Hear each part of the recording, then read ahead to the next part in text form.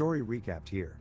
Today, I'm going to show a 2020 South Korean zombie film called Alive. Spoilers ahead. Watch out and take care. Jun-woo wakes up alone in his family's upper floor apartment.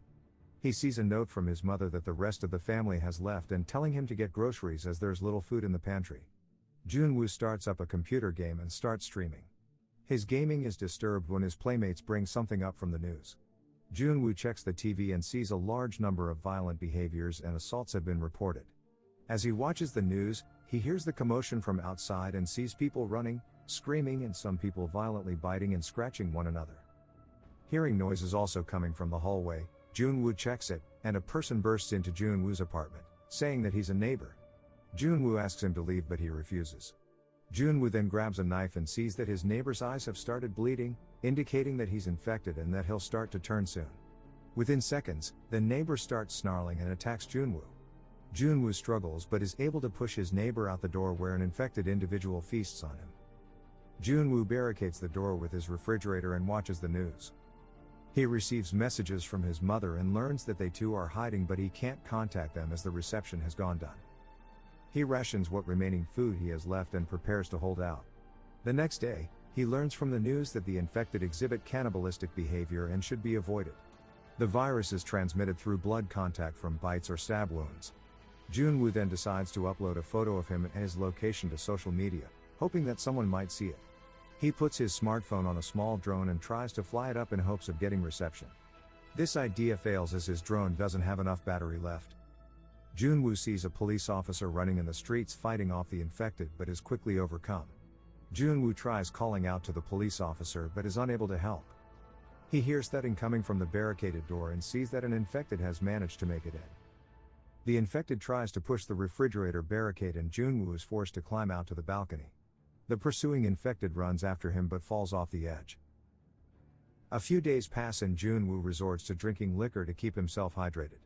He learns from the news that the infected have still managed to retain some kind of intelligence, able to do simple tasks such as opening doors.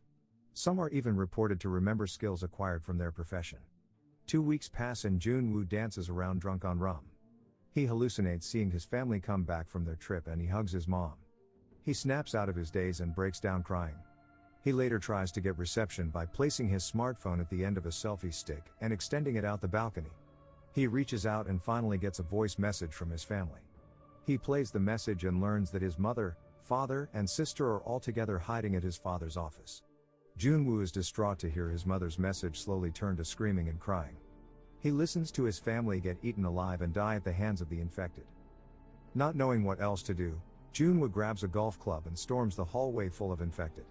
He tries to beat and clobber as many of them as he can, cursing and shouting at them. The ruckus attracts more of the infected and Jun-woo is quickly overwhelmed. He snaps out of his rage and realizes he needs to get back. He sneaks around the hallway past a few infected people and is able to hide and sneak his way back into his apartment. On day 20, he sees explosions in the metropolis area and the power and water go out. Left with no food, no water, and no family, Jun-woo decides to end his life. He makes a noose out of wires and hangs himself in the living room. As he chokes, he sees a laser light shining at him from an apartment in the building adjacent to his. He quickly tries to get himself off the noose and eventually falls to the floor. He runs to the window and sees a woman looking at him through binoculars. He waves at the woman and she waves back. Yubin stares through her binoculars at a man who just attempted to kill himself. She hears a noise coming from outside her hallway and prepares to activate an improvised trap she made in case of the infected breaking through her door. The noise subsides and she falls to sleep.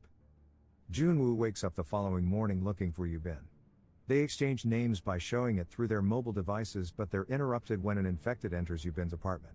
It gets caught in her trap and she quickly kills the infected with an axe. The next day, Yubin sees that Jun-woo is hungry and tries to throw a rope across to Jun-woo's apartment. It falls to the street in the middle of a crowd of infected. Jun-woo sees this and gets his drone and flies rope to Yubin's apartment. With a physical connection, Yubin sends some food to Jun-woo, and he thanks her. As he eats, he sees the rope Yubin had thrown earlier and an infected fireman using it to climb up.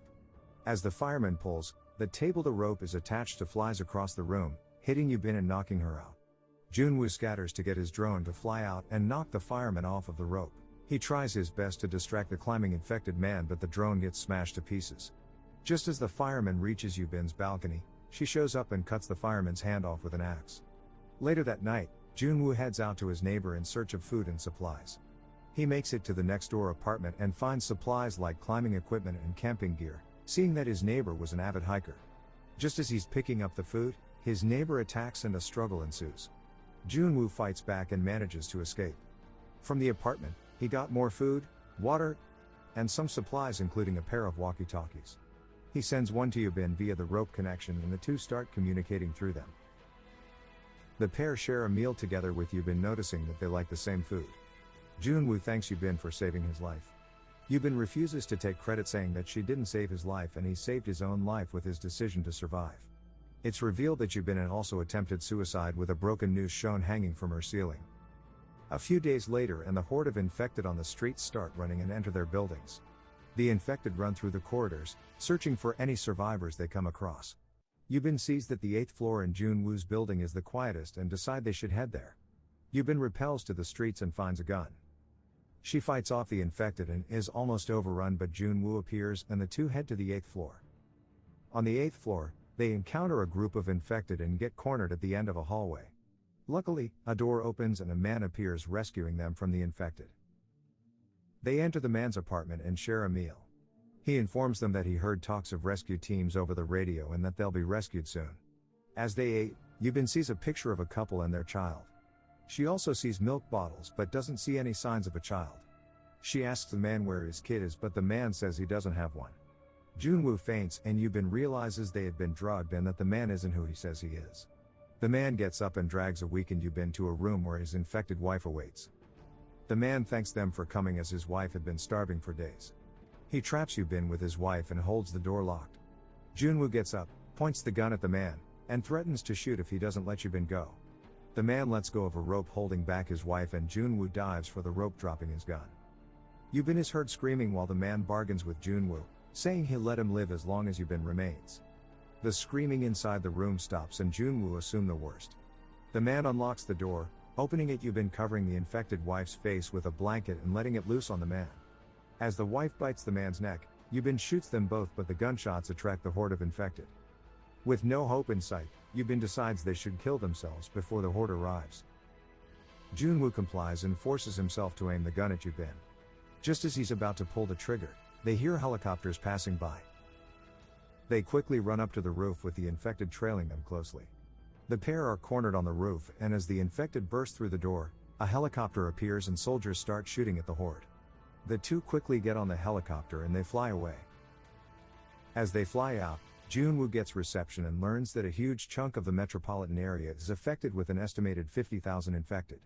He also sees that many of the survivors have posted their pictures and locations on social media, similar to what he did, and that the rescue teams are using this information to find and save them.